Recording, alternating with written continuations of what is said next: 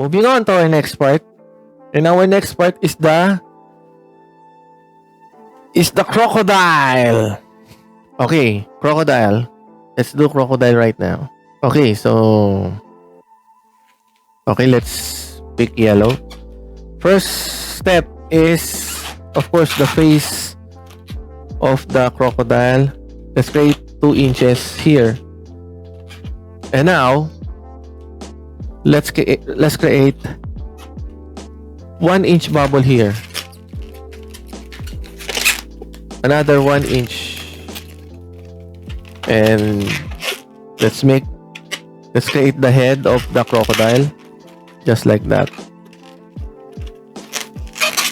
And now let's make a small ear twist here. Careful with your balloon. Extra careful with that. So we have a small head for your crocodile and the face. Of course, if you want to make more longer in this area, you need to pull this just a little bit. See what will happen. Tada! See? So it emphasizes the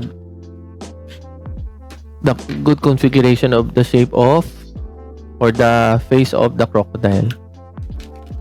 Now, we're not done here, of course. Next step is, of course, the legs. So just create an extra bubble here for the neck of the crocodile. And now let's create a loop for the leg. Let's say 3 inches loop, just like that. So create another 3 inches here. Okay, proceed to our next part.